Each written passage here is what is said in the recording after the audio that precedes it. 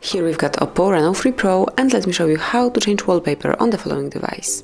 So at first let's open the settings, then find and select home screen and wallpaper, scroll down and click on set wallpaper. And here you can pick some from static wallpapers, live wallpapers, or from your own photos, but I will choose something from this album. And here you've got all the options, so as you can see we've got plenty of them. Let me choose for example this one. And then just click on Set As if you like this picture, and decide if you want to cover just your lock screen, your home screen, or both of them, and I will choose both. And as you can see, from now on you've got brand new wallpaper, and also your lock screen is covered with this new picture. So this is it, that would be all. Thank you for watching, please subscribe our channel and leave the thumbs up.